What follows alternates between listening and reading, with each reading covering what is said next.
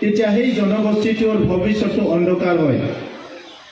সেইকাৰণে মোৰ অন্তৰাত্মাই কয় মই বড়ো জনগোষ্ঠীৰ হওঁ আৰু যোৱা 50 বছৰত বড়ো জনগোষ্ঠীয়ে নিজৰ ভাষা বাচাই ৰখাৰ কাৰণে, নিজৰ সংস্কৃতি জীয়াই ৰখাৰ কাৰণে, নিজৰ ৰীতি নীতি সকলো জীয়াই ৰখাৰ কাৰণে 5000তকৈ অধিক মানুহ আমাৰ আত্মা বলিদান দিব লগা হৈছে।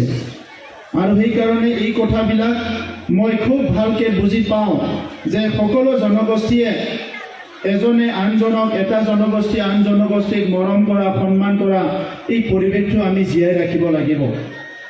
আমি এটা জনগোষ্ঠী আনটো জনগোষ্ঠীক ভয় কৰোঁ। আজি উৰিয়াসকলে অসমত যিমানে উন্নতি নহয় কিয় এইটো বড়োৰ কাৰণে, অসমীয়াৰ কাৰণে কেতিয়াও ভাবুকি নহয়। আজি অসমত বড়ো জনগোষ্ঠী আগবাঢ়ি যোৱা মানে না উৰিয়াসকলৰ কাৰণে কিবা ভয় কৰিব লগা আছে, না অসমীয়াসকলৰ কাৰণে কিবা ভয় কৰিব লগা আছে। আজি অসমত যদি কাৰ্বিসকল আগুৱাই যায়, অসমৰ অইন জনগোষ্ঠীৰ ভয় কৰিব লগা নাই। অসমত যদি ডিমাচা জনগোষ্ঠী, মিচিং, ৰাভা আগুৱাই যায়, ইয়াত অইন জনগোষ্ঠী একো মানে ভয় কৰিব লগা নাই। অসমত যদি কোচ ৰাজবংশী জনগোষ্ঠী আগুৱাই যায়, সান্থালী জনগোষ্ঠী আগুৱাই যায়, ইয়াত অইন জনগোষ্ঠী ভয় কৰিব লগা একো নাই।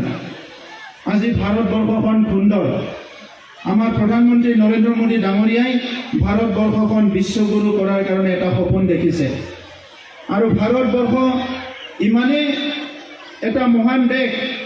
মই আজি দেখিবলৈ পালোঁ, এটা ইউটিউবত গাড়ীত বহি চাই আহি আছিলোঁ, কোনোবা এটা দেশত যিটো সাপ আছে, স্নেক, এইটো তেখেতসকলে গাঁতৰ পৰা খান্দি খান্দি ইহঁতৰ খাদ্য বনাই খাইছে। আমাৰ ইয়াত কিন্তু শংকৰ ভগৱানৰ ডিঙিত মানে সাপ থাকে, আমি পূজা কৰোঁ। তেনেকুৱা বহুত উদাহৰণ আছে। সেইকাৰণে আগৰ সময়ৰ পৰা ভাৰতবৰ্ষখন জ্ঞানৰ দেশ, ঋষিমুনি, আমাৰ সেই সময়তে আধ্যাত্মিকতাৰ দেশ বুলি বিশ্বৰ মানুহে সন্মান কৰিছিলে। আৰু আজিও ভাৰতবৰ্ষখন দেৱ দেৱী, বিভিন্ন ধাম, বিভিন্ন জ্ঞানৰে ভৰপূৰ আমাৰ ভাৰতবৰ্ষৰ দেশখন। আৰু ইয়াৰ সৌন্দৰ্যটো বাঢ়াইছে আমাৰ সকলো জনগোষ্ঠীয়ে কালাৰফুল যিটো কালচাৰ, এইটো ভাৰতক বহুত ধনী কৰি পেলাইছে। বিভিন্ন ৱেষ্টাৰ্ণ কাণ্ট্ৰিবিলাকত তেনেকুৱা কালচাৰবিলাক লাহে লাহে নাইকিয়া হৈ গৈছে। সেইকাৰণে আজিৰ সময়ত জনগোষ্ঠীটো যিমানেই ক্ষুদ্ৰই নহওক, জনগোষ্ঠীৰ জনসংখ্যা যিমানেই নহওক, এই জনগোষ্ঠীটোৰ ডিটাৰমিনেঞ্চৰ ওপৰত নিৰ্ভৰ কৰিব। কাৰণ উৰিয়াৰ সাজ পোছাক এইবিলাক জীয়াই ৰাখিব লাগিব উৰিয়াসকলে।